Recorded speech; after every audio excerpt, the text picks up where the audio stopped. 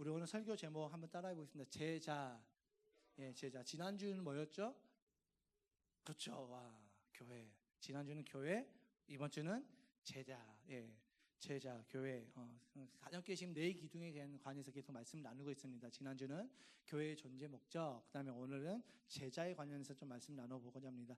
최근 어릴 때 같이 신앙생활했던 목사님들과 함께 교제를 좀 했습니다. 제 주변에 저와 어릴 때 같이 신앙생활했던 분들이 목회자 분들이 많아요. 그래서 그분들과 함께 우연히 만나서, 그러니까 지난번에 함께 만나서 교제를 했는데, 이런저런 이야기를 나누다 보니까 자연스럽게 어떻게 가요?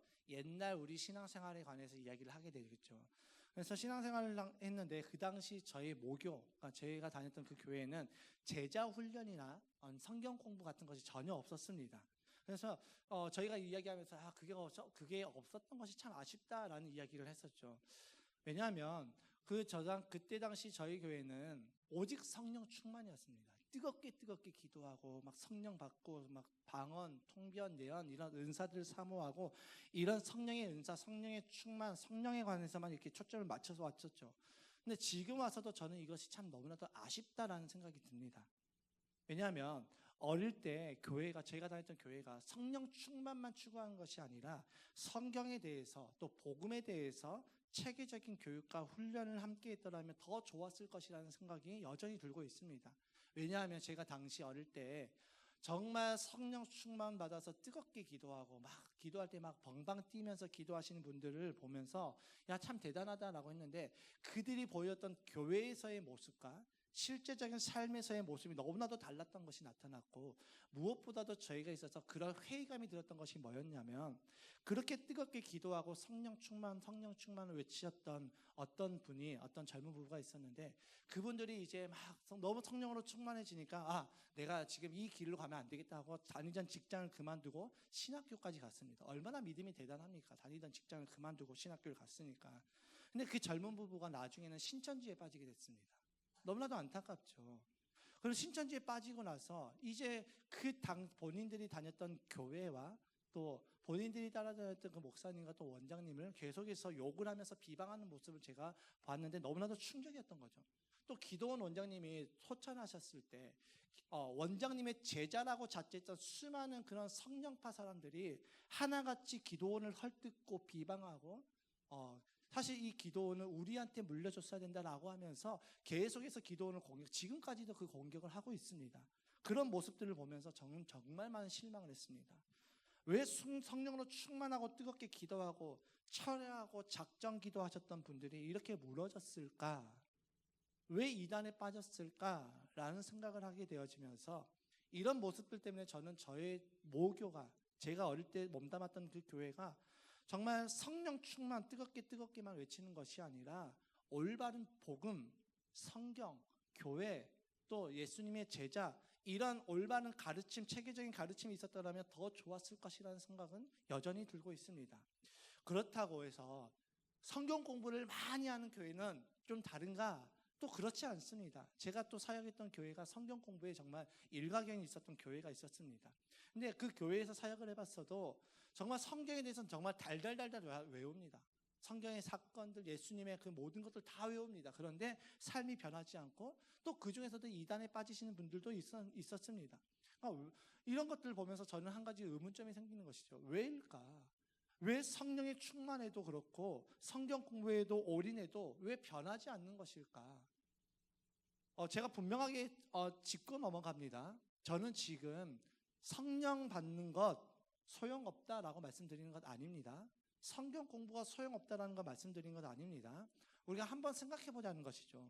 왜 우리가 성령도 받았고 말씀도 받았는데 왜 나는 변하지 않는 것일까? 제가 오늘도 말씀을 선포하기 전에 제가 제 아내에게 화를 냈습니다, 혈기를 냈습니다 라고 말씀을 드렸잖아요. 왜 나는 성령을 받고 또 성경도 공부하고 또 말씀을 전하는 사역자로 있는데 왜 나는 내 혈기가 다스려지지 않는 것일까?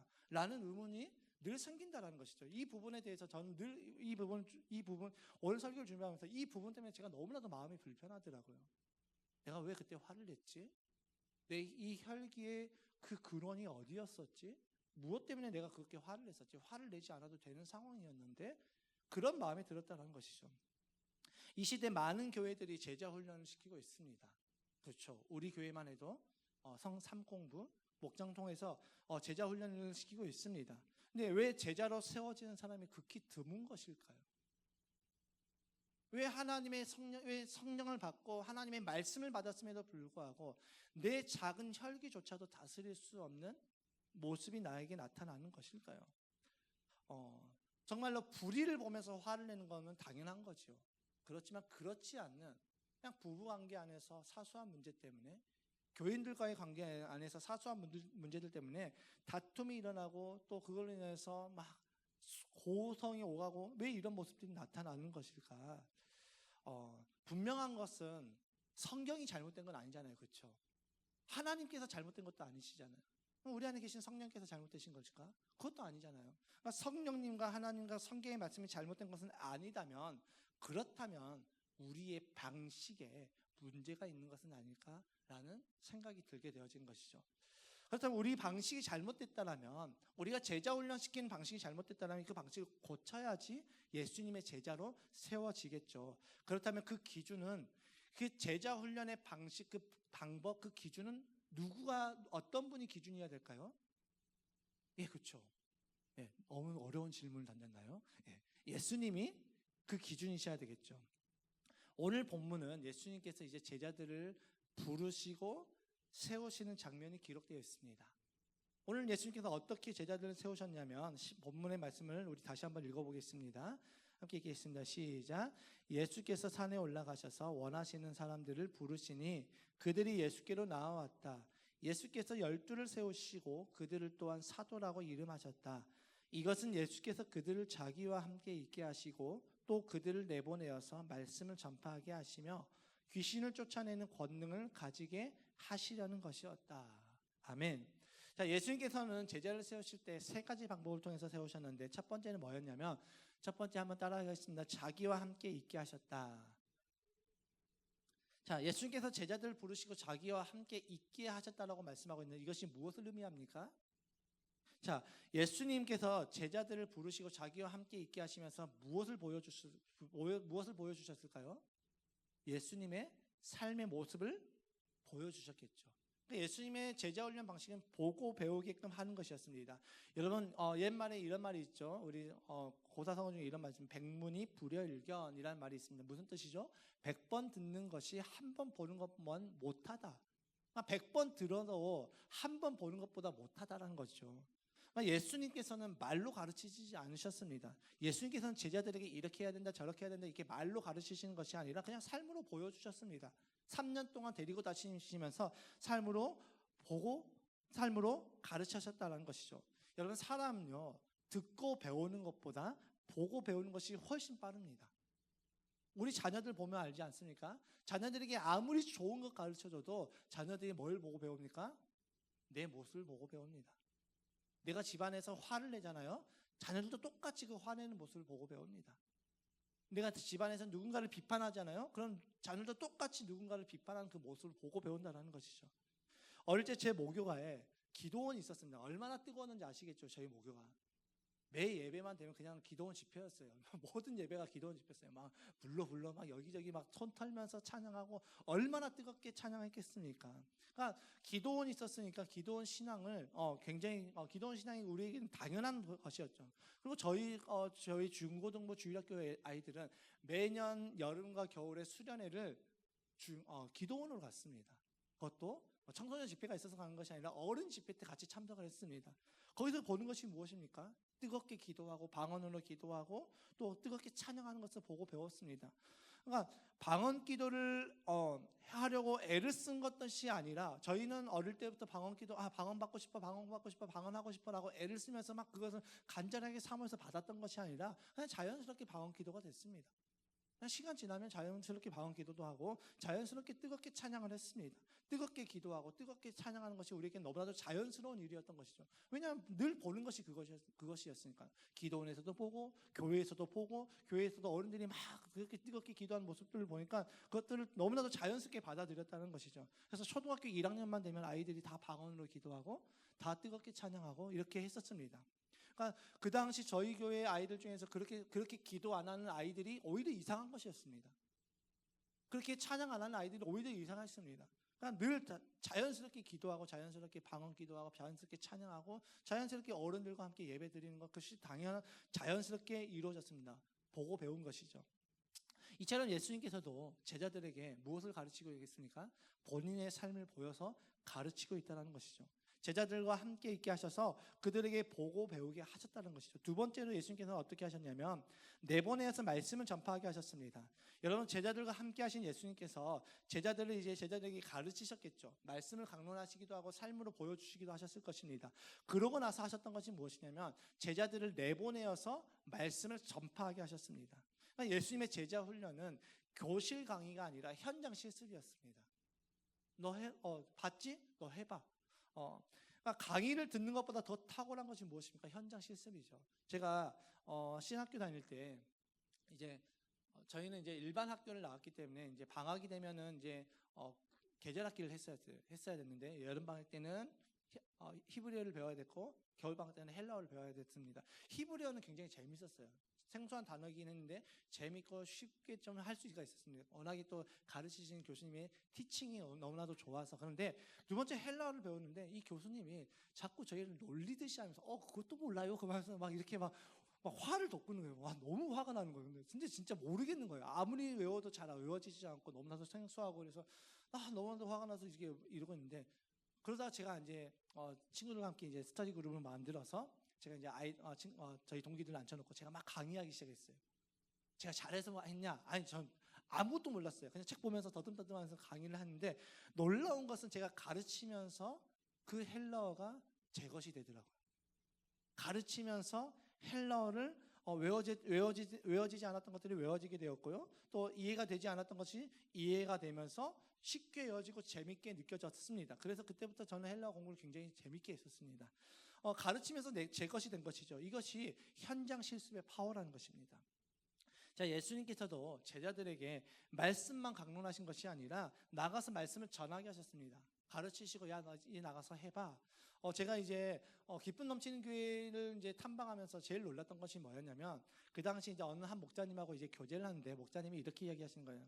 본인이 이제 목사님께 내적 치유를 받으셨대요. 그래서 내적 치유를 다 받고 한 3시간 정도 걸려서 내적 치유를 다 받고 나서 이 김용재 목사님이 이분에게 뭐라고 했냐면 이제 가서 목원들에게 해봐. 네, 목사님 저는 배운 적이 없는데 방금 했잖아 라고 하면서 그렇게 바로 현장으로 투입을 하셨습니다. 근데 그분이 지금 그 기쁨 넘치는 교회에서 이 내적 치유의 권위자가 되셨습니다. 뭐예요? 교실에서 뭐 이런 방법을 해야 된다, 저런 방법을 해야 됩니다. 가르치는 것이 아니라 해봤으면, 들었으면 해보는 것입니다. 이것이 예수님의 제자 훈련의 방식이었다는 것이죠. 여러분, 우리가 성경 공부를 많이 하고 설교를 많이 들어도 쉽게 바뀌지 않는 이유가 무엇일까요? 내가 그 말씀을 내 삶 가운데 적용해보지 않기 때문이겠죠. 듣기만 해서입니다. 근데 듣는다고 해서 내 삶이 변화되는 것은 아니죠. 들었으면 우리는 무엇을 해야 됩니까? 순종해야죠. 순종하는 것입니다. 예수님께서 제자들을 내보내어서 말씀을 전파하게 하셨다. 제자들이 거기에 순종해서 말씀을 전파하게 하면서 예수님의 제자로 세워지셨다는 것이죠. 세 번째로 예수님의 제자 훈련 방식이 뭐였냐면 귀신을 쫓아내는 능력을 주셨다라고 말씀하고 있습니다. 여러분, 제자 훈련의 방식은 제자 훈련 세 번째 방식은 능력 배양이죠. 예수님께서는 제자들에게 단순하게 그냥 지식 전달이 아니었습니다. 귀신을 이런 식으로 하면 쫓아낼 수 있어 라고 가르치신 것이 아니라 아예 그냥 능력을 부어주셨다는 것이죠. 제자 훈련의 목적은 지식 전달이 아닙니다. 능력 배양이라는 것이죠. 아는 것이 많은데 살아낼 능력이 없으면 그 아는 것은 우리에게 아무런 소용이 없다는 것이죠.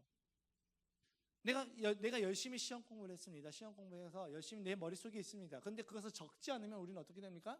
틀리는 거죠. 시험 볼 때. 그것을 적지 않으면 틀리게 됩니다. 그러니까 아는 것이 많다고 해서 내가 변하는 것이 아니라 살아낼 능력이 우리에게 부어져서 그 능력대로 살아낼 수 있는 그 실력이 진짜 신앙이고 진짜 실력이라는 것이죠.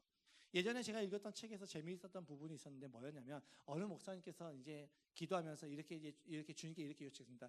주님, 악한 영을 쫓아내 주시옵소서라고 기도하니까 그때 주님께서 그 목사님에게 뭐라고 말씀하셨냐면 야, 내가 너에게 능력을 줬으니까 네가 스스로 쫓아내라고 말씀하셨다는 거예요. 저는 이 말씀이 진짜 맞더라고요. 맞아, 주님이 우리에게 귀신 쫓아낼 수 있는 능력을 주셨지. 그러면 주님한테 쫓아내 주시옵소서 하는 것이 아니라 나사렛 예수 이름으로 명하노니 귀신아 떠나가라 라고 우리는 선포하는 것이죠. 정말 이것이 와닿았습니다. 여러분, 예수님의 제자 훈련은 세 가지가 있었는데 뭐였죠? 보고 배우는 것이었고, 현장 실습이었고, 능력 배양이었습니다. 이 세 가지가 예수님의 제자 훈련의 방식이었다는 것이죠. 여러분, 우리 교회의 존재 목적이 무엇이죠? 우리 백합교회의 존재 목적? 예, 수없이 들어왔잖아요. 이제 귀에 피가 날 정도로 또 영혼구원에서 제자 그만 좀 말하세요라고 할 정도로 들었잖아요. 우리 교회 존재 목적은 영혼구원에서 제자 삼는 것입니다. 그렇다면 우리 교회도 제자를 세워야 되는데 어떤 제자를 세우는 것입니까? 홍 목사의 제자입니까? 아니죠. 예수님의 제자를 세우는 것입니다. 어떤 누군가의 제자가 아니라 예수님의 제자를 세우는 것입니다. 영혼을 구원해서 예수님의 제자로 만드는 것이 교회의 존재 목적이라는 것이죠. 그렇다면 우리 교회의 제자 훈련 방식도 이 세 가지 방식, 보고 배우게 하고 현장 실습하게 하고 능력 배양을 목적으로 해서 제자 훈련을 시켜야 되겠죠. 그러니까 예수님의 제자로 세우는 것은 우리의 경험이나 우리의 방식이 아닙니다. 이렇게 하면 될 것 같아, 저렇게 해야지 라는 것이 아니라 예수님의 방식대로 세워나가야 되는 것이죠. 가정교회의 핵심, 신약교회 회복의 핵심은 무엇이냐면 성경대로입니다. 성경대로 해보자. 교회를 성경대로 해보자. 그렇다면 교회의 존재 목적은 성경대로 영혼권에서 제자 삼는 것, 제자 훈련 방식은 성경대로 예수님께서 제자를 세우신 그 방식대로 세우는 것, 이것이 가정교회의 핵심 가치라는 것이죠. 그러니까 이 방식을 가장 잘 적용할 수 있는 것, 예수님의 이 세 가지 훈련 방식을 가장 잘 적용할 수 있는 것이 어디일까요? 네? 목장이죠, 목장. 여러분, 현장 실습장이, 왜 우리가 신앙생활을 지금까지 했는데 잘 변화되지 않는 이유는 현장에서 실습할 수 있는 기회가 그렇게 많이 있지 않아서예요. 그렇다면 우리가 현장 실습장을 만들어야 되는데 그 현장이 바로 목장이라는 것이죠. 다시 말씀을 드립니다. 목장은 구역이 아닙니다. 예전에 구역 예배 하듯이 하면 되지? 아니요. 예전에 그냥 소그룹 모임처럼 하면 되지? 아니요. 목장은 구역이나 소그룹 모임이 아니죠. 목장은 무엇이냐면 나의 신앙이 성장되고 내가 점점 예수님의 제자로 바뀌어지는 곳, 그것이 바로 목장이라는 것입니다. 목장에서 예수님의 제자가 만들어지는 것입니다. 우리 교회 제자 훈련 없는 것 같은데? 아니요. 목장이 제자 훈련이라는 것이죠. 이 현장 실습에서 우리는 보고 배우고 능력 배양이 되는 제자 훈련을 하게 되는 것이죠. 여러분, 예수님께서는 제자들을 늘 데리고 다니시면서 보여주셨습니다. 본인의 삶을. 이처럼 목장에서 우리는 누구를 보고 배웁니까? 목자, 목녀를 보고 배우는 것이죠. 또 목장에서 우리는 상황을 보고 반응하는 것을 또 어떻게 대처하는지를 보고 배우게 됩니다. 목자, 목녀가 어떻게 했는지를 보고 배우게 되는 것이죠. 그래서 나중에 목자가 되면 자기 목자가 보였던 그대로 따라하게 되는 것입니다. 왜냐하면 보고 배운 것이 그것이기 때문이죠. 자, 제자들이 예수님을 보고 배웠던 것처럼 목원들도 목자, 목녀를 보고 배우게 되는 것이죠. 그래서 목자, 목녀가 굉장히 중요합니다. 목자, 목녀 대충 하면 안 됩니다. 목자, 목녀 진짜 생명을 걸어야 됩니다. 근데 제가 목자, 목녀 해보니까 그거 쉽지 않더라고요. 단순히 보고 배우는 것이 아니라 말씀대로 살아보는 연습을 해보는 것도 목장이겠죠. 목장 모임을 하다 보면 늘 재밌습니까? 늘 즐겁습니까? 아니잖아요. 늘 재밌고 늘 즐거운 것만은 아닙니다. 때로는 불편하고 때로는 귀찮게 느껴지기도 합니다. 나의 삶을 나누고 고백하는 것이 늘 즐거운 것만은 아니죠. 늘 똑같은 삶의 패턴. 오늘 뭐 나눠야 되지? 나눌 거 없는데? 이런 상황들이 반복되면 반복될수록 이제 더 이상 목장이 내 삶 가운데 부담스럽게 느껴지기 시작되어지고, 때로는 목장, 오늘 가기 싫은데 그냥 빠질까? 라는 생각이 들어진다는 것이죠. 그러니까 공동체라는 것은 우리에게 너무나도 필요하지만 때로는 공동체로 인해서 불편해질 때가 있죠. 목사이자 작가였던 진 에드워드는 이렇게 이야기했습니다. 공동체는 상처받기 딱 좋은 구조다. 그러나 하나님은 그 공동체 속에서 우리를 빚어가신다. 뭐라고요? 한번 띄워주시기 바랍니다. 함께 읽겠습니다. 시작. 공동체는 상처받기 딱 좋은 구조다. 그러나 하나님은 그 공동체 속에서 우리를 빚어가신다. 여러분, 누군가와 관계를 맺는다는 것은 좋은 것이기도 하지만 피곤하기도 합니다. 그렇죠? 누군가와 함께 있는 것은 너무나도 좋지만 고되기도 합니다. 왜 오늘날 젊은 사람들이 결혼을 안 하죠? 결혼하는 건 너무나도 좋은 것 같아요. 그런데 같이 내가 평생 살 수 있을까라는 그런 질문에 쉽사리 답을 내리지 못하니까 무서운 거죠. 나 이 사람과 평생 살 수 있을까? 좀 힘들 것 같은데. 그러니까 누군가와 관계를 맺는 것은 좋은 것이지만 힘듭니다. 불편합니다. 누군가와 함께 있는 건 너무나도 좋지만 고된 것이죠. 그래서 요즘은 함께보다 혼자를 더 좋아하는 모습들이 우리 삶 가운데 나타나게 된다는 것이죠. 이런 관점에서 보게 되어지면 목장은 어떻습니까? 편합니까? 불편합니까? 불편해요. 가정을 오픈해야 되잖아요. 음식을 준비해 와야 되잖아요. 함께 음식을 먹고 나누고 또 삶을 나눠야 되잖아요. 그 삶 가운데 정말 우리가 좋은 것, 기쁜 것을 나누면 좋을 건데 또 때로는 내 진짜 정말 어려운 부분을 나눠야 되기도 하잖아요. 제가 오늘 설교 전에 저의 약점을 나눴습니다. 여러분, 이 약점을 나눈다는 것이 쉬운 일일까요? 쉽지 않은 일입니다. 그런데 나눕니다. 왜요? 제가 이것을 나눠야지 더 이상 이 약점이 저를 무너뜨리지 않기 때문이겠죠. 때로는 귀찮고 때로는 무엇보다도 이 상처를 받을 수 있는 것이 바로 목장이기도 합니다. 여러분은 밖에서 상처를 더 많이 받습니까? 가정에서 상처를 더 많이 받습니까? 당연히 가정이죠.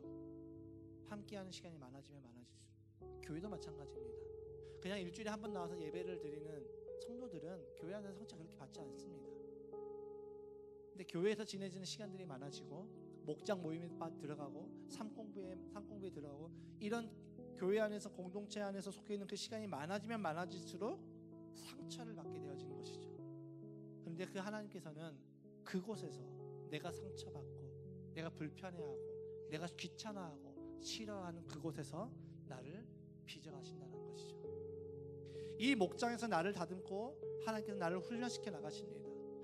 예수님께서는 나를 이 목장에서 예수님의 제자로 만들어가고 계신다는 것이죠. 여러분, 저도 알고 있습니다. 목장 모임 힘들고 불편합니다. 저도 해보니까 알겠더라고요. 때로 쉬고 싶죠. 쉬면 얼마나 좋습니까? 저도 해보니까 진짜 쉽지 않다는 것을 저도 알고 있습니다. 그러니까 저는 저희 목자 목녀님들이 정말 대단하게 느껴진 것이 뭐냐면 이분들은 일상에서는 삶의 터전에서 일하시잖아요. 그리고 목장을 섬기셔야 되잖아요. 저는 출근하면 교회로 옵니다. 퇴근하면 집으로 갑니다. 저는 출퇴근이 교회입니다. 그렇기 때문에 목장 하나의 사역의 일부라고 생각하고 하면 할 수 있습니다. 그런데 우리 평신도 목장 목녀님들은 그게 아니잖아요. 일주일 내내 내 직장에서 씨름하고 돌아와서 또 목원들과 씨름하셔야 되잖아요. 그래서 저는 저희 목장 목녀님들이 좀 대단하다고 느껴집니다. 정말 제가 정말 해보니까 쉽지 않더라고요. 목장이 쉽지 않습니다. 그럼에도 불구하고 제가 목장을 내려놓을 수 없는 이유는 예수님의 방식대로 제자 훈련을 해보자는 것이죠.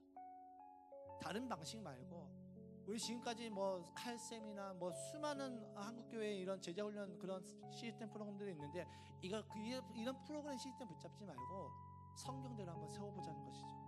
성경대로 제자 훈련을 해보자는 그 마음 때문에 이 목장을 내려놓지 못합니다. 목장이 불편하고 힘들지만 나는 점점 그 목장에서 예수님의 제자로 되어져 가고 있는 것이죠. 그렇기 때문에 목장을 포기할 수가 없는 것입니다. 그렇기 때문에 목장 모임을 계속 해나가야 되는 것이죠. 가정교회에 한지 4년이 됐습니다. 정말로 제가 이제 가정교회 목회자 세미나부터 하면은 거의 한 6년, 7년 가까이 됐죠. 4년이 됐는데 이제 어느덧 가정교회 시스템이 우리 안에 많이 적응이 됐을 것입니다. 이 말은 곧 무엇입니까? 적응이 됐다는 것은 더 이상 우리에게 큰 기대감이 없어졌다는 것도 의미하겠죠. 여러분 혹시 예배가 기대되십니까? 오늘 예배 어떤 말씀이 선포될까 기대되는 마음으로 이렇게 나오십니까? 그런 분들도 있겠지만 그렇지 않은 분들도 있겠죠. 목장 모임이 기대되십니까? 오늘 목장 모임 네 삶을 나눴을 때 어떤 반응이 이렇게 기대되시는 마음으로 나오시는 분들 계십니까? 그런 분들도 계시겠지만 그렇지 않은 분들이 그렇지 않은 분들도 있겠죠. 여러분, 이 기대감이 우리 안에 사라졌다라는 것은 우리 신앙에 엄청나게 큰 위기라는 것을 우리는 인식해야 된다는 것입니다. 예배가 더 이상 기대가 없습니다. 가정교회 목장 모임이 더 이상 기대가 없다. 삶 공부가 더 이상 기대가 없다. 그럼 우리는 이것을 그런가 보다라고 하면 안 됩니다. 위기라고 생각을 해야 된다는 것이죠. 이 위기에서 우리는 벗어나야 되는데 어디서부터 우리는 벗어날 수 있습니까? 바로 목장에서부터 벗어날 수 있다는 것이죠. 왜냐하면 주일 연합 예배 빠지시는 분 계십니까? 우리는 웬만해서는 주일 연합 예배 빠지지 않습니다. 근데 목장은 쉽게 빠질 수 있잖아요. 왜냐하면 구역으로 생각하면은 쉽게 빠질 수 있죠.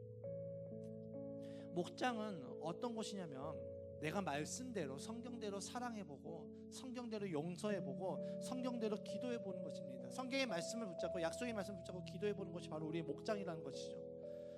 그 과정을 통해서 우리는 이 말씀의 능력, 사랑의 능력, 용서의 능력, 기도의 능력이 우리 안에 배양이 되는 것이죠. 이것을 내가 실습해보고 그렇게 해보고 또 안 되면 다시 한번 일어서서 다시 한번 그 말씀 붙잡고 나아가서 기도해보는 그곳이 바로 목장이라는 것이죠.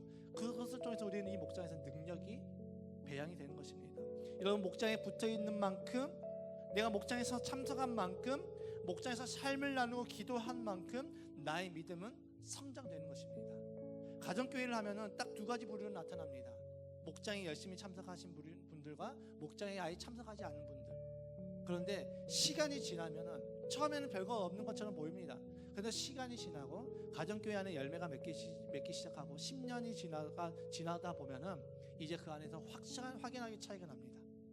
목장은 참석했던 가정과 참석하지 않았던 가정, 참석했던 성도와 참석하지 않았던 성도의 이 신앙의 성숙도는 너무나도 이제 천지 차이가 나게 된다는 것이죠.